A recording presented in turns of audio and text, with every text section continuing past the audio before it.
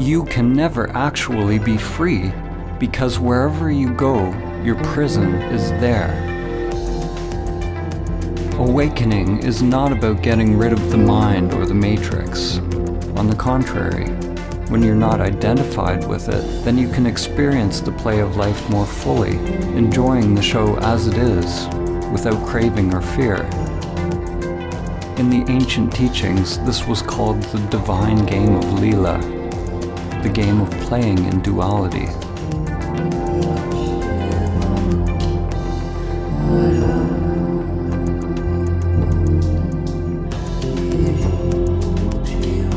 Human consciousness is a continuum. On one extreme, humans are identified with the material self. On the other extreme is samadhi, the cessation of self. Every step we take on the continuum towards samadhi brings less suffering. Less suffering does not mean life is free from pain. Samadhi is beyond the duality of pain and pleasure. What it means is that there is less mind, less self creating resistance to whatever unfolds. And that resistance is what creates suffering.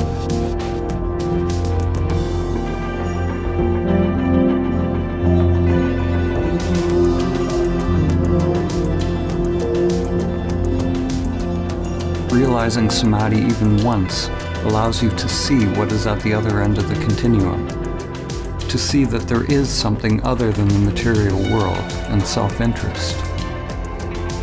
When there is an actual cessation of the self-structure in samadhi, there is no egoic thought, no self, no duality, yet there is still the I am, anatta, or no self.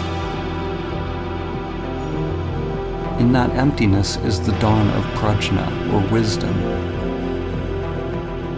The understanding that the immanent self is far beyond the play of duality, beyond the entire continuum. The immanent self is timeless, unchanging, always now. Enlightenment is the merging of the primordial spiral, the ever-changing manifested world, or lotus, in which time unfolds, with your timeless being. Your inner wiring grows like an ever-unfolding flower as you disidentify with the self, becoming a living bridge between the world of time and the timeless.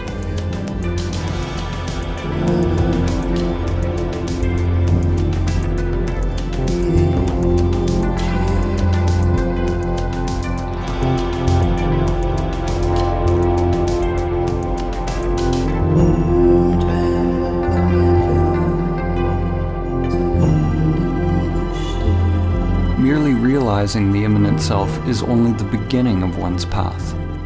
Most people will have to experience and lose samadhi countless times in meditation before they are able to integrate it into other facets of life. It's not unusual to have profound insights into the nature of your being during meditation or self-inquiry, only to find yourself once again falling back into old patterns, forgetting the truth of who you are.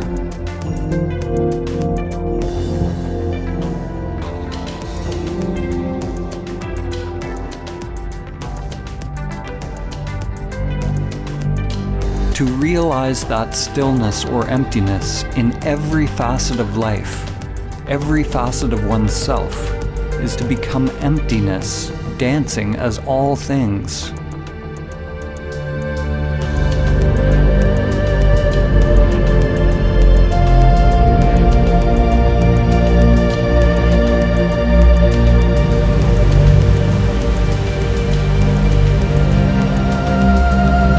Stillness is not something separate from movement. It is not opposite to movement. In samadhi, stillness is recognized to be identical with movement, form is identical to emptiness. This is nonsensical to the mind, because mind is the coming into being of duality.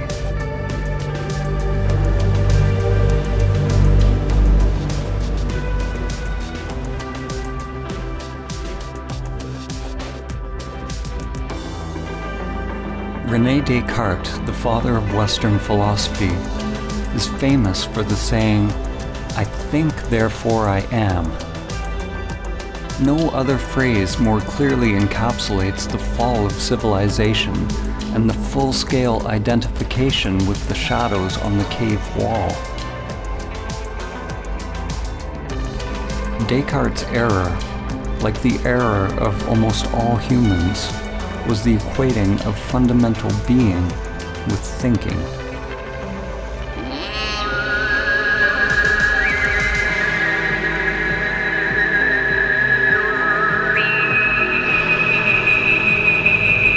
At the beginning of his most famous treatise, Descartes wrote that almost everything can be called into doubt. He can doubt his senses and even his thoughts.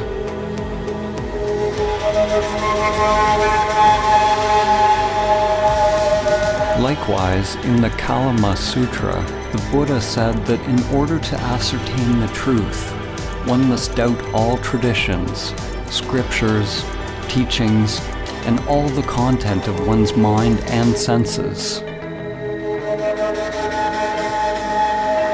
Both of these men started with great skepticism, but the difference was that Descartes stopped inquiring at the level of thinking, while the Buddha went deeper. He penetrated beyond the deepest levels of the mind. Maybe, if Descartes had gone beyond his thinking mind, he would have realized his true nature, and Western consciousness would be very different today.